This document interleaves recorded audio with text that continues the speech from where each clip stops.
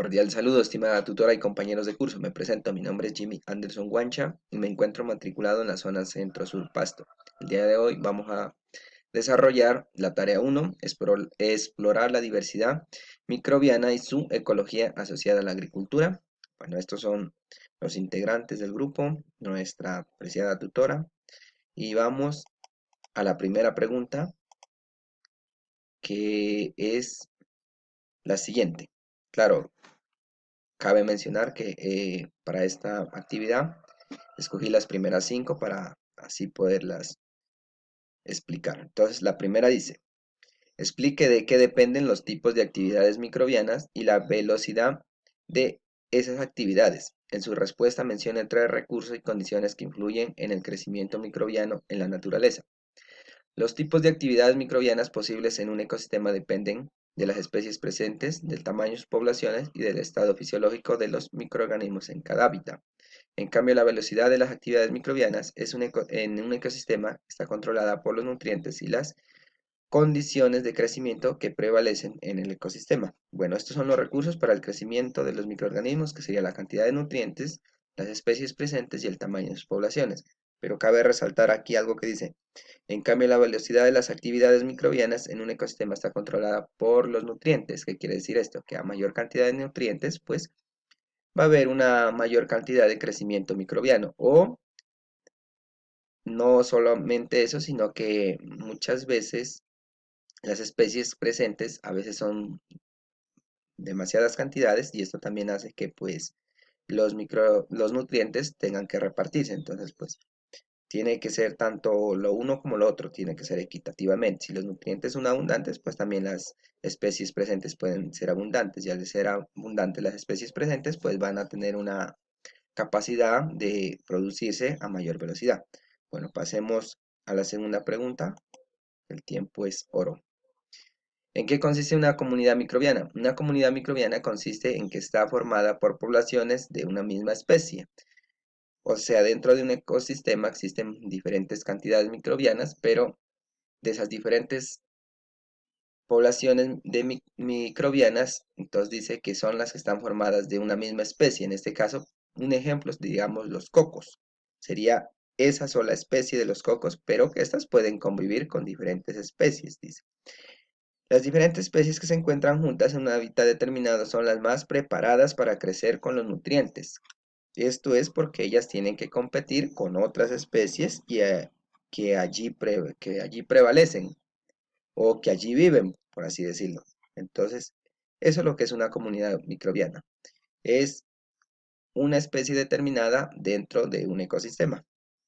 Vamos a la tercera. Dice, ¿por qué son diferentes la riqueza y la abundancia de las poblaciones y cómo funciona la relación entre ellas en los ámbitos microbianos del suelo? Son diferentes por la siguiente razón. La diversidad de especies microbianas es una comunidad, se puede expresar de dos maneras. Riqueza de especies es el número total de especies diferentes que existe dentro de un ecosistema. Y la abundancia de especies es la proporción de cada especie en una comunidad. Por ejemplo, en una comunidad pueden existir muchas especies de diferentes, pongámosle más fácil, de diferentes calidades, como decir así, como se nombra en lo común. Pero dentro de esas especies va a haber la que tenga mayor proporción, por así decirlo. En una especie pueden existir 20 individuos y en otra especie pueden existir 100 individuos. Entonces, esa es la abundancia. Dentro de una especie, la que mayor proporción o menor proporción tenga. Entonces, es muy diferente decir riqueza de especies de un determinado lugar que la abundancia de especies del mismo determinado lugar. Bueno, aquí estaría la explicación y aquí estaría, en esta imagen estarían las bacterias, dependiendo del lugar donde se encuentren, y dice bacterias desinfectantes, asimilación, bacterias nitrificantes. Entonces, esta es una especie de bacterias, esta es otra y esta es otra. De acuerdo al lugar donde se encuentren, pues pueden existir varias especies y de acuerdo a esas varias especies puede existir cada una de estas así, ya con su respectivo nombre, la abundancia, que es el número que cada una proporciona. Pasemos a la siguiente.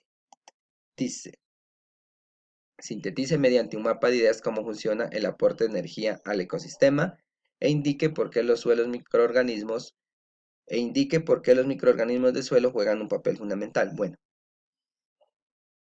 esta parte de aquí es la luz solar, la cual nos brinda sustancias inorgánicas residuales y carbono orgánico. A través de las bacterias fotótrofos se sintetiza en ATP y en nueva materia orgánica, generando nitrógeno, azufre, fósforo y hierro. Este material recién sintetizado sirve como alimento o alimenta la actividad catabólica de los microorganismos quimiorganótrofos que se encuentran en el suelo, y estos realizan un papel muy importante en el suelo, ya que son los encargados de ayudarle a las plantas en su respectivo crecimiento. Pues yo lo hice así a una manera general, espero sea entendible. Y vamos a pasar a la quinta y última pregunta. Dice, explique el concepto de microambiente empleado en el ejemplo de microambiente de oxígeno en tierra. Bueno, esto no lo voy a leer, sino que lo voy a explicar nomás. Dice, de acuerdo al libro de Madigan, se tomaba una muestra de tierra la cual contenía oxígeno. Entonces, en la muestra de tierra, la parte que estaba, por así decirlo, exteriormente tenía mayor cantidad de oxígeno, y la parte que queda interiormente tiene una menor cantidad de oxígeno e incluso llegaría a no tener oxígeno. Entonces, como los microorganismos son bacterias muy pequeñas, ellas les es difícil desplazarse de la parte exterior a la parte interior. Entonces, el lugar donde ellas viven, ya sea en la parte interior o exterior, a ese lugar es a lo que se le llama un microambiente. Y ellas son capaces, por ejemplo, las bacterias que se encuentran en la parte exterior son las que toman la mayor cantidad de oxígeno, como dice aquí en esta parte. Me sienta muy bien el LO2, tengo más energía. Somos células heterótrofas, o que también quiere decir aerobias. Estas son las células que se encuentran en la parte externa de una muestra, en este caso de oxígeno en tierra, y allí donde se encuentran, ese es lo que se va a llamar un microambiente. Y en la parte interna, como está la parte de acá, dice, y yo la que más trabaja autótrofa, fotosintética, es la que se encuentra en la parte más interna, donde incluso el oxígeno ya no es posible.